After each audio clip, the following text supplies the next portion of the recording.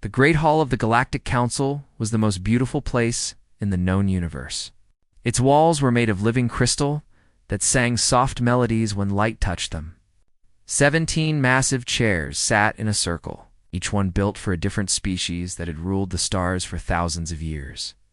In the center of this circle stood a small podium where visitors came to speak. Ambassador Daniel Harris stood at that podium now. He was a tall man with gray hair and tired eyes. He had served as humanity's voice in this chamber for 15 years, and in all that time, he had never once seen the council truly listen to anything a human said. Today would be no different. Honored members of the council, Daniel began, keeping his voice calm and respectful. Our deep space sensors have detected massive movements in the dark regions beyond the rim. The patterns match historical records of the Void Swarm. We believe an invasion is coming within the next 2 years. High Counselor Vethaner leaned forward in his chair. He was a Tyranni, a species with blue skin and 4 eyes that could see in complete darkness. The Tyranni had led the council for 3,000 years, and Vethanar carried that pride in every movement he made. Ambassador Harris, Vethanar said, his voice dripping with the kind of patience adults use with small children. The Void Swarm was defeated 8,000 years ago. Your species was still living in caves and hitting each other with rocks at that time. Perhaps you do not understand how thoroughly they were destroyed. Soft laughter rippled through the chamber. Daniel felt his jaw tighten, but he did not let anger show on his face. With respect, High Counselor, the swarm was driven back, not destroyed. Our scientists have studied every record available. The swarm retreats, rebuilds, and returns. The cycle takes approximately 8 to 10,000 years. We are now in the window for their return. Counselor Miraset of the Villani waved one of her 6 delicate arms dismissively. The Villani were beautiful creatures, with skin like polished silver and eyes like purple gems. They were known throughout the galaxy for their art and their absolute certainty that they were better than everyone else.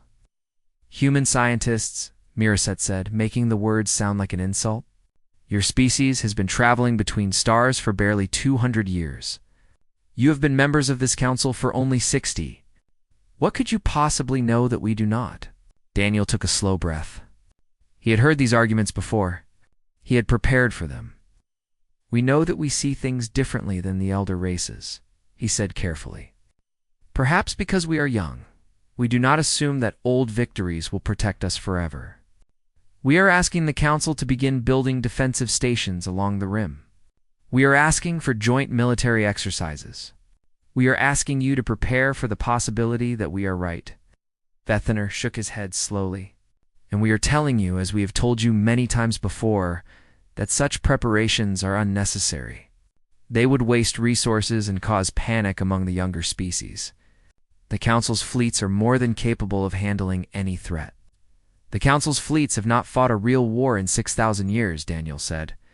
Our military analysts believe that readiness levels have dropped significantly. Many of your weapon systems are outdated. Your tactics have not evolved. The chamber went very quiet. Daniel knew he had crossed a line, but he no longer cared. Counselor Dreth of the Kethmari, a massive creature covered in thick brown fur, slammed one of his huge fists on the arm of his chair. You dare to criticize our military? Your entire fleet could not match a single Kethmari battle group. We are not criticizing, Daniel said. We are concerned. We are trying to help. Help. Vethaner laughed, and it was not a kind sound. The humans want to help the races that built empires while they were still learning to make fire. How generous. How very amusing. More laughter filled the chamber. Daniel looked around at the faces of the council members. Some were openly mocking him. Others looked bored. A few seemed almost sympathetic, but none of them spoke up. He understood then that nothing would change. He had been fighting this battle for 15 years, and he had lost it 15 years ago. The council would never listen to humans. They would never see humanity as anything more than clever animals who had somehow learned to build spaceships. Daniel gathered his documents slowly. He did not speak. He did not argue. He simply nodded once to the council and walked out of the chamber. 3 days later, The evacuation began. Commander Lisa Monroe stood on the bridge of the carrier Endurance, watching her tactical display fill with thousands of moving dots. Every human ship in Council space was heading for the outer rim.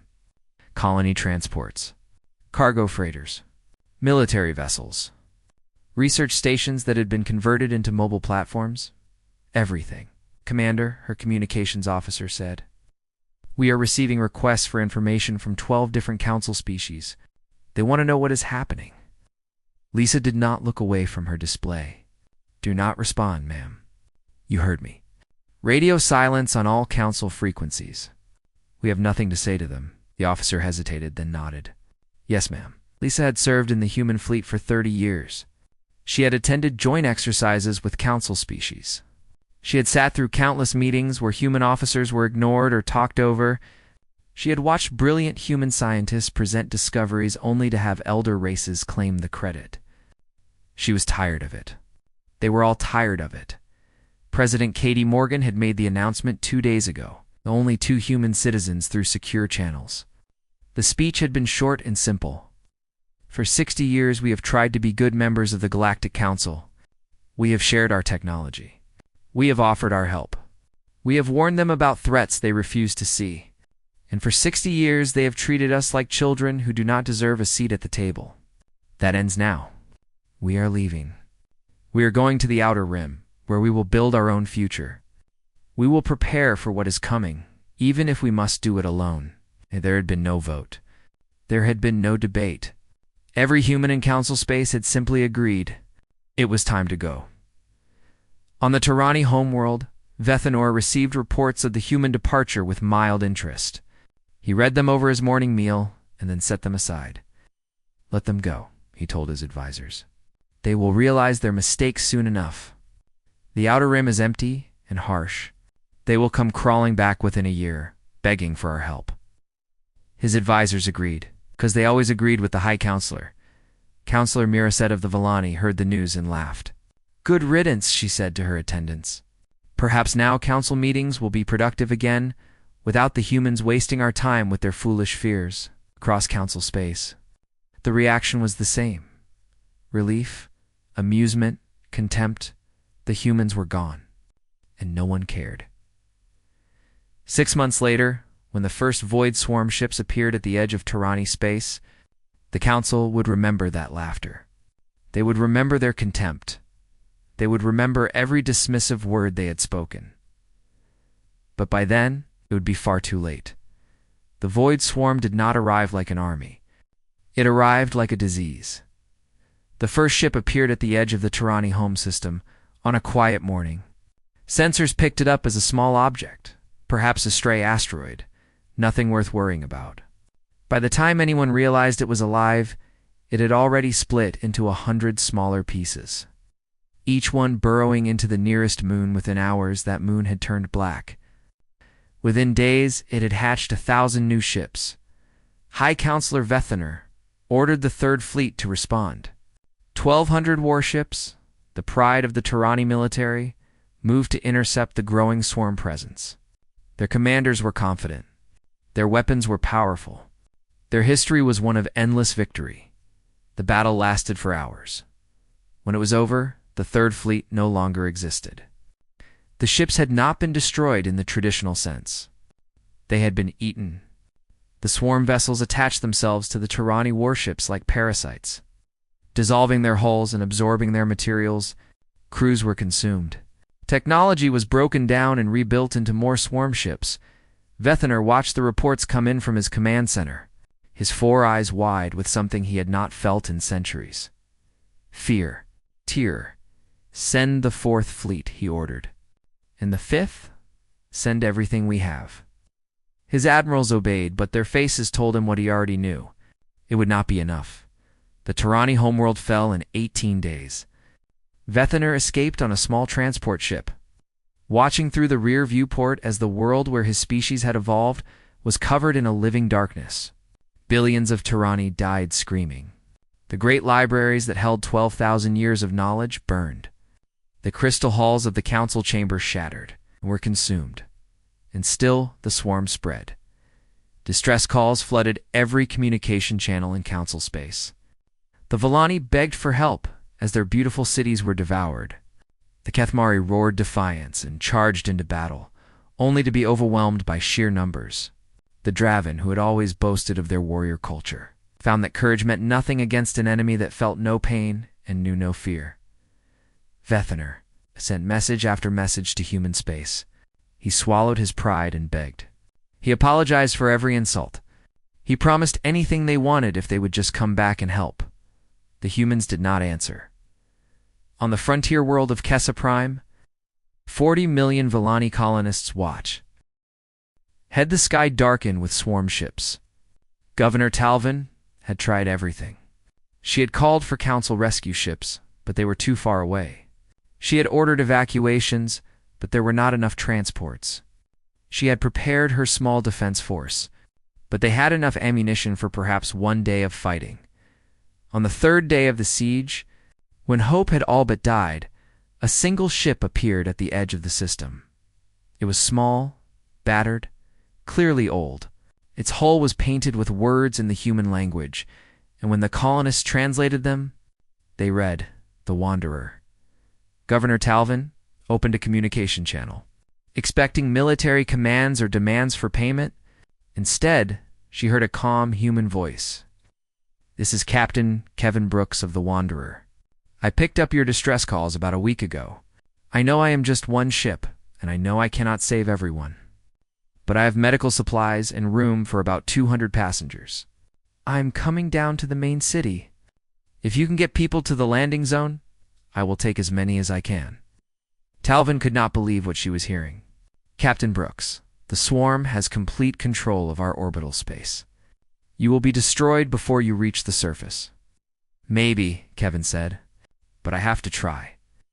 The Wanderer dove through the swarm blockade like a fish swimming through a net. Kevin had been flying cargo ships for 20 years, and he knew tricks that military pilots never learned. He dodged and weaved and somehow, impossibly, reached the surface. The landing zone was chaos. Thousands of Volani crowded around the small ship, pushing and screaming, desperate to escape. Kevin's crew of 6 worked as fast as they could, loading children first, then elderly. Then anyone else who could fit. 212 people made it aboard. Kevin sealed the doors and lifted off, knowing that thousands more would be left behind. He could hear them crying out as the Wanderer rose into the dark sky. He would hear those voices in his dreams for the rest of his life. The rest of his life turned out to be very short. 3. Swarm interceptors caught the Wanderer as it tried to break through the blockade. Kevin's ship was fast, but it was not a warship. He had no weapons capable of fighting back. "All passengers, strap in," Kevin announced over the intercom. His voice was still calm. "This is going to be rough." He aimed the Wanderer directly at the largest gap in the enemy formation and pushed the engines beyond their limits. Warning lights flashed across his console. The hull groaned with stress. The first interceptor latched onto the Wanderer's rear section. Kevin felt the ship shudder as the creature began eating through the hull. "Seal the rear compartments," he ordered. "Vent them into space." His co-pilot, a young woman named Maria Santos, looked at him with horror. "Kevin, if we do that, we lose the engines. We will be dead in space. The escape pods are in the forward section. Get everyone into them and launch. I will keep this thing busy. You cannot do this alone." Kevin turned to look at her, and for the first time, she saw fear in his eyes. But she also saw something else. Determination. Acceptance. "Get those kids home, Maria. That is an order," Maria wanted to argue. She wanted to stay and fight beside him. But she looked at the 212 Volani refugees huddled in the cargo bay, most of them children with silver skin and terrified purple eyes. And she knew what she had to do. The escape pods launched 60 seconds later. Kevin watched them streak away toward open space, away from the swarm, toward the distant safety of the outer rim. Then, he turned the Wanderer around and flew, straight at the remaining interceptors. The explosion was visible from the surface of Kessa Prime. Maria guided the escape pods through 3 days of silent running. Before they reached the edge of human space, When she finally made contact with a patrol ship, she could barely speak through her tears. The story of Kevin Brooks spread through the refugee networks like fire. A human who owed the Council nothing, who had every reason to hate them, had given his life to save people who had once mocked his entire species. When Vethener heard the story, he sat alone in his quarters for a long time. He thought about all the times he had dismissed humans as primitive and foolish. He thought about the warnings they had given, the help they had offered, the patience they had shown. He had been so certain that he was wise. Now he understood that wisdom was not about how long your species had existed. It was about seeing truth when it stood right in front of you. Kevin Brooks had seen truth. He had seen beings in need, and he had helped them, regardless of history or politics or pride. That was wisdom. And Vethener had none of it. The Outer Rim had always been considered worthless. The elder races had mapped it centuries ago and found nothing of interest. Empty planets, dead moons, asteroid fields with minerals too difficult to extract. They had turned their backs on it and focused on the rich, comfortable core systems. Humanity had seen something different. Admiral Chris Taylor stood on the observation deck of Sanctuary Station, the largest structure humans had ever built. It was not beautiful like the Council's crystal halls. It was practical. Massive docking bays could hold 1,000 ships. Factories worked around the clock, producing weapons and armor. Farms stretched across artificial habitats, growing food for millions. And right now, every one of those millions was watching refugee ships arrive. They came in waves, day after day. Tirani transport vessels, some of them barely holding together. Balani luxury yachts that had been designed for pleasure cruises, now packed with frightened families. Kethmari warships carrying soldiers who had run out of ammunition and options, even a few Draven craft, though the proud warrior race seemed ashamed to be fleeing at all. Chris watched them dock. Watched the refugees stumble out with nothing but the clothes on their bodies, and felt something complicated in his chest. These were the same species who had laughed at humanity, who had called them primitive, who had refused to listen when humans tried to warn them about exactly this disaster. But they were also people. Scared, hungry, desperate people who had lost everything. Lieutenant Amy Collins approached him with a tablet full of reports. She was young, barely 30, but she had proven herself one of the best logistics officers in the fleet. "Admiral, we have a problem," she said. "Actually, we have about 50 problems. We do not have enough housing for the current refugee population. Food supplies will run out in 6 weeks if we do not increase production. Medical facilities are overwhelmed, and we are receiving distress calls from at least 12 more systems." Chris nodded slowly. He had expected this. "What is the mood among our people?" Amy hesitated. "Mixed, sir. Some want to help. Others think we should close our borders and let the Council deal with their own problems. And what do you think?" She took a long time to answer. "I think that if we turn away refugees, we become exactly what they always accused us of being: selfish, primitive, incapable of seeing beyond our own interests." She met his eyes. "I also think my grandmother died on a Council station because Tirani doctors refused to treat a human patient. So I understand why some people want to say no." Chris turned back to the viewport. Another wave of ships was approaching. "Send out the order," he said finally. "We turn no one away. Everyone who reaches our borders gets food, shelter, and medical care. No exceptions. Sir, our resources. We will figure it out. That is what humans do." The decision was not popular with everyone. Chris knew there would be protests, angry messages, people who would call him a traitor to his own species.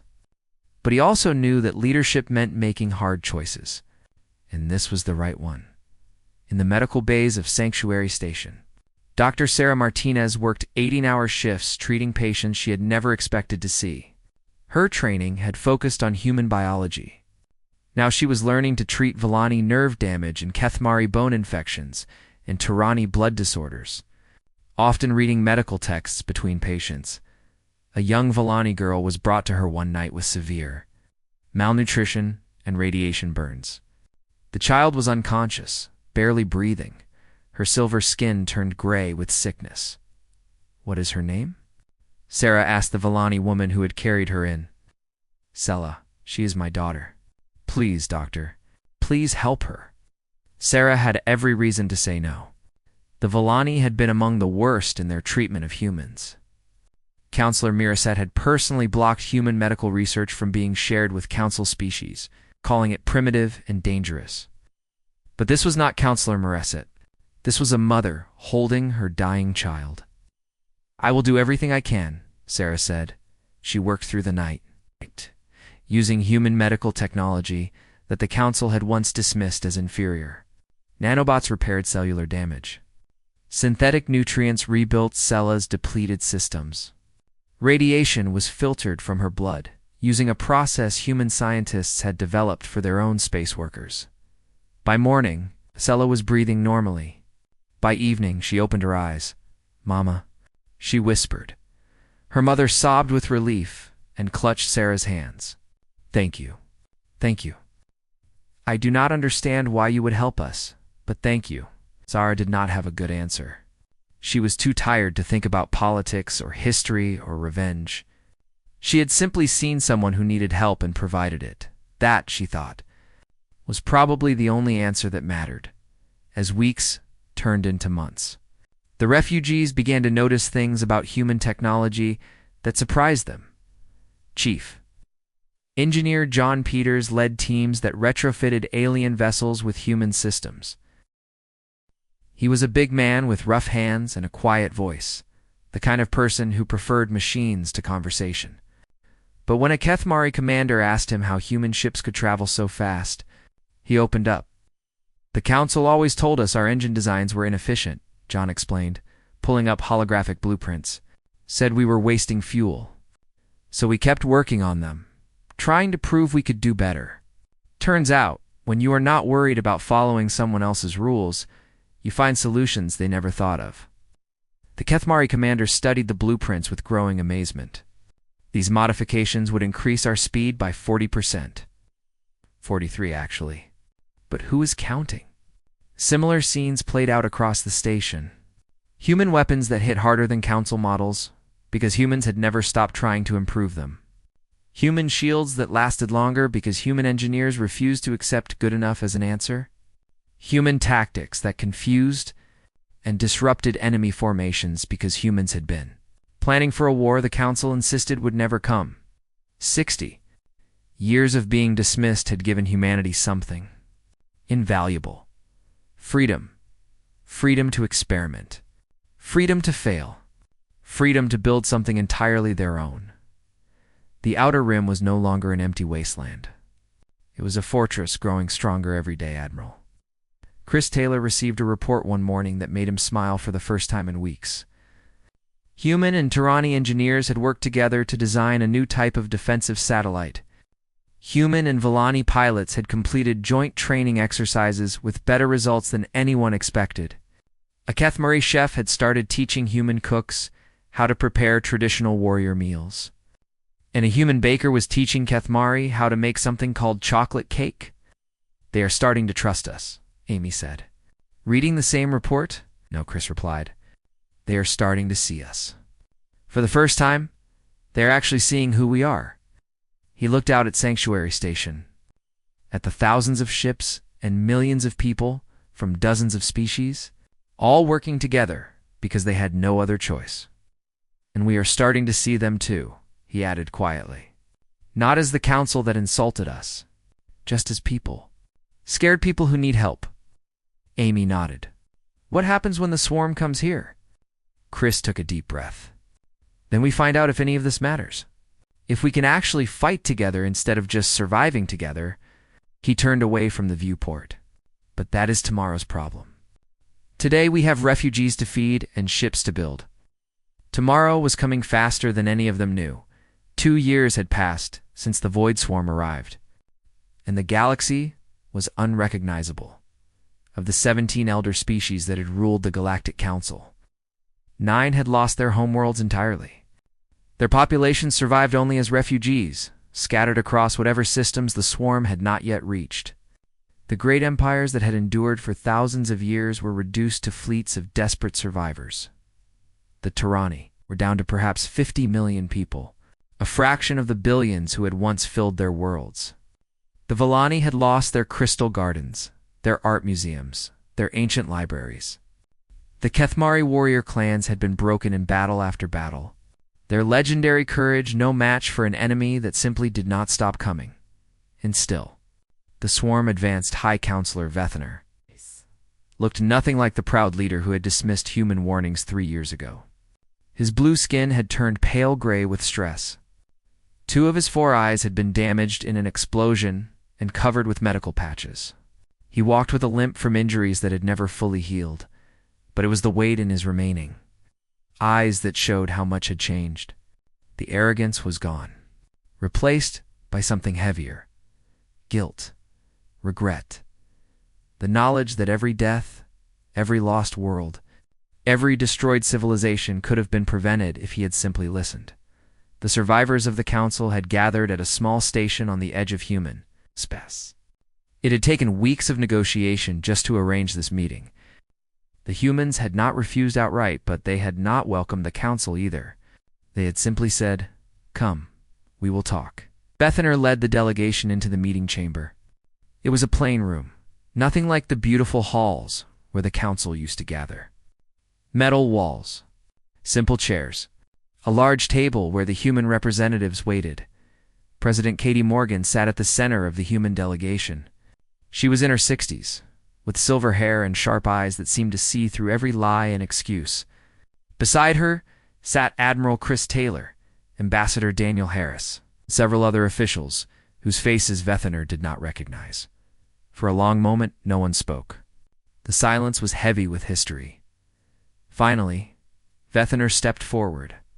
He had prepared a speech, full of carefully chosen words designed to appeal to human sympathy without admitting to much fault.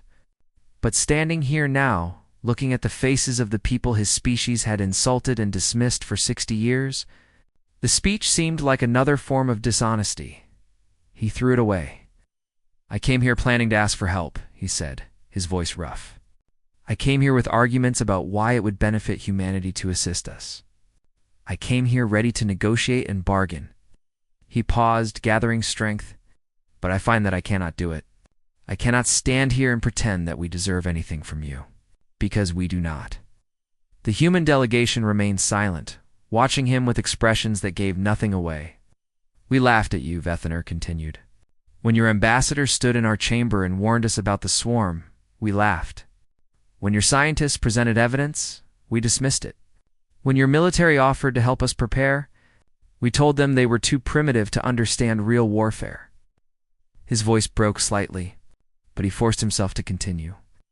3 years ago, I told Ambassador Harris that humans lacked the perspective to understand true threats. I was wrong. We were all wrong. And because of our arrogance, billions of our people are dead." He looked directly at Katie Morgan. "I am not here to negotiate. I am not here to make deals. I am here to apologize and to beg, not because we deserve mercy, but because you have already shown that you are capable of giving it." He reached into his robe and pulled out a small data chip. "This contains the names of every human who has helped our refugees since the swarm arrived, doctors who treated our sick, engineers who repaired our ships, ordinary people who shared their food and homes with, strangers who had given them nothing but contempt. One of them was a cargo captain named Kevin Brooks." Yes. Voice dropped to almost a whisper. "He died saving 212 Villani children from a world we could not protect. We did not deserve his sacrifice, but he made it anyway." He placed the chip on the table. "I do not know why your people helped those who treated them so badly. I do not understand it. But I am asking you, from a place of complete humility, to help us once more. Not because we have earned it. We have not. But because the alternative is extinction for half the species in this galaxy." He fell silent and waited. Katie Morgan did not respond immediately. She looked at the data chip, then at the broken creature standing before her. This was not the High Counselor who had dismissed her species as cosmic children. This was a man who had watched his world die and knew it was his fault. She stood and walked to the viewport, looking out at the stars. My grandmother used to tell me stories about Earth, she said. About the wars we fought among ourselves, the terrible things we did to each other. Genocide, slavery, destruction of our own environment. She turned back to face Vethener. She also told me about how we eventually learned. How we figured out that revenge and hatred only create more pain. She walked back to the table and picked up the data chip. Kevin Brooks was not special. I mean, he was special. He was brave and selfless and everything we hope humans can be. But he was not unusual. There are thousands of humans doing the same thing right now, helping refugees, treating the wounded, sharing what little they have. She met Vethener's eyes. They are not doing it because the Council deserves help. They are doing it because that is who we are. That is who we choose to be. She extended her hand across the table. Welcome to the Human Coalition, Counselor. We have a lot of work to do. Vethener stared at her hand for a long moment. In Tirani culture, touching another person was reserved for family or the closest of friends. To a human, it was simply a greeting. He took her hand. Behind him, the other council members let out breaths they had been holding. Some wept openly. Others simply sat in stunned silence, struggling to process what had just happened. Ambassador Daniel Harris spoke for the first time. We need to discuss practical matters. Military coordination. Resource allocation. Command structures. This will not be easy. It was never going to be easy, Katie replied. But impossible things have a way of becoming possible when people work together. She looked around the room at the gathered representatives of a dozen species. 3 years ago, the Council refused to listen to warnings about the swarm. Today, we are going to listen to each other. We are going to share information, share technology, share strategies. We are going to build something new, her voice hardened with determination. And then we are going to take our galaxy back. In the weeks that followed, the real work began. Human military officers sat down with their counterparts from every Council species, sharing tactics and learning from each other. Scientists exchanged research that had been kept secret for centuries. Engineers combined technologies in ways no one had ever tried before. It was messy. There were arguments, misunderstandings, moments when old prejudices threatened to tear the alliance apart. But somehow, they kept going, because they had no other choice, and because, against all odds, they had started to believe in each other. The Kerith Nebula had been chosen for many reasons. Its swirling clouds of gas would confuse swarm sensors. Its dense asteroid fields would force the enemy to break formation. Most importantly, it sat between human space and the next wave of swarm expansion. If the combined fleet lost here, there would be nowhere left to run. Admiral Chris Taylor stood on the bridge of the Dreadnought. Resilience. The most powerful warship humanity had ever built. Around him, 10,000 vessels waited for his command. Human carriers and destroyers formed the core of the formation. Tirani cruisers protected the flanks. Kethmari assault ships prepared for close combat. Villani interceptors stood ready to swarm enemy weak points. It was the largest fleet the galaxy had ever assembled, and it was still smaller than the swarm force heading toward them. Admiral, his sensor officer reported, enemy fleet will enter engagement range in approximately 6 minutes. Chris nodded. He had already given all the necessary orders. The tactical plans had been reviewed 100 times. There was nothing left to do but wait. He opened a channel to the entire fleet. This is Admiral Taylor to all ships. For 3 years, the swarm has taken everything from us. Our homes, our families, our hope. He paused, feeling the weight of what he was about to ask. Today, we take it back. Not as humans. Not as Tirani or Villani or Kethmari.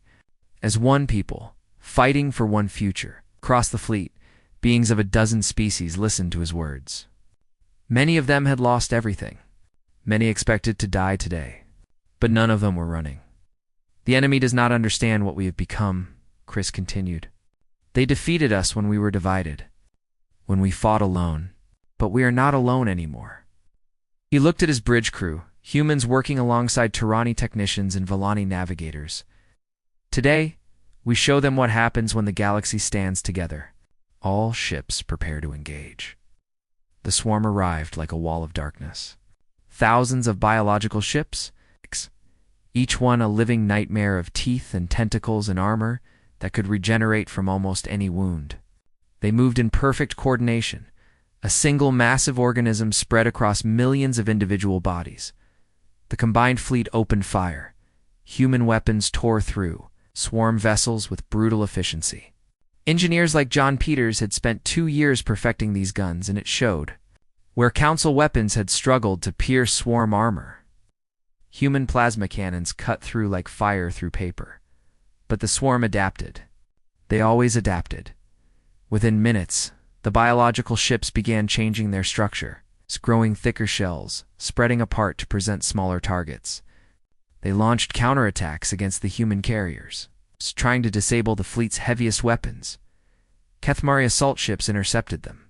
Commander Koth, the massive warrior who had once despised humans, led his clan directly into the swarm formation. His people fought with the ferocity their species was famous for, buying precious time for the human guns to reload.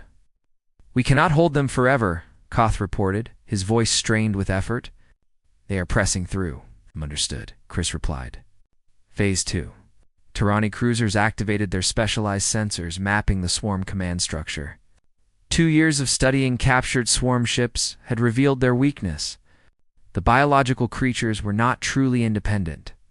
They were controlled by larger hub organisms, which in turn received orders from a single queen ship hidden somewhere in the formation. "Queen location identified," a Tirani officer announced. "Sector 7, near the center of the swarm mass." "Lieutenant Commander Griffin," Chris said, opening a new channel. "You are clear to proceed." Sam Griffin was 28 years old and scared out of his mind. He commanded a strike team of 12 soldiers, 3 of them Tirani, 2 Kethmari, and 1 Dravan warrior named Koth, who had specifically requested this assignment. Their mission was simple to explain and almost impossible to accomplish: board the Queen, ship and kill her. Their assault shuttle launched from the Resilience and dove into the chaos of battle. Explosions lit up the void around them. Swarm interceptors tried to stop them, but Villani fighter pilots provided cover, sacrificing their own ships to keep the shuttle safe. 30 seconds to target, the pilot reported. Sam checked his rifle one more time and looked at his team. Humans and aliens, sitting side by side, about to fight and probably die together. Koth caught his eye. The massive Dravan warrior, covered in thick scales and carrying a blade almost as tall as Sam, nodded slowly. "Griffin," Koth said, "if we die here, I want you to know something." "Save it for after," Sam replied, trying to sound braver than he felt. "No, I was a fool. Your people are worthy." Sam actually smiled despite everything. "I know. Now let us prove it." The shuttle crashed through the Queen ship's outer membrane, and the team poured out, weapons firing. The interior was nightmare made real. Walls of living tissue that pulsed and writhed. Floors that tried to grab at their feet. Corridors that shifted and changed. They fought through it all. Tirani soldiers used their 4 eyes to spot threats from every direction. Kethmari warriors tore through smaller swarm creatures with their bare claws. The Dravan Koth used his massive blade to carve a path forward, and the humans, the species everyone had once dismissed as primitive and weak, held the line whenever the others needed a moment to rest. They found the Queen in the center of the ship. She was enormous. A mountain of flesh and chitin with 1,000 eyes and a mind that controlled billions of swarm creatures across the galaxy. When she saw them, she screamed with a voice that existed partly in sound and partly in pure psychic rage. Half the team dropped immediately, clutching their heads. Only Sam and Koth remained standing, both of them too stubborn to fall. "Together," Sam said. Raising his weapon, together, Koth agreed. They charged. The battle lasted seconds or hours. Sam could never be sure afterward. He remembered firing until his weapon overheated. He remembered Koth taking wounds that would have killed any human 3 times over. He remembered the moment when his knife finally found the queen's central nerve. Cluster and everything stopped. The swarm did not die instantly. But without the queen to guide them, the perfect coordination fell apart. Ships that had moved as one began crashing into each other. Attack patterns dissolved into chaos. Outside, the combined fleet pressed their advantage. Tyranni tacticians identified the remaining hub organisms. Human weapons destroyed them one by one. Kethmari boarding parties attacked the confused swarm ships. Villani pilots hunted down stragglers. By the end of the 9th day, the Battle of Kareth was over. The swarm was broken. Not destroyed completely, there would be years of hunting down the remnants. But the existential threat had ended. In the aftermath, as rescue teams searched the Queen's ship for survivors, they found Sam Griffin and Koth sitting against a wall of dead tissue, both of them barely alive. "Did we win?" Sam asked when the medics reached him. "You won?" the lead medic replied, a Villani woman whose silver skin was stained with blood and smoke. "You saved all of us." Sam closed his eyes and let himself rest. The victory celebrations went on for days. But eventually the galaxy had to decide what came next. No one suggested rebuilding the old council. That system had failed. Instead, representatives from every surviving species gathered to create something new. The New Compact, they called it. A true alliance of equals, where no species was considered too young or too primitive to have a voice.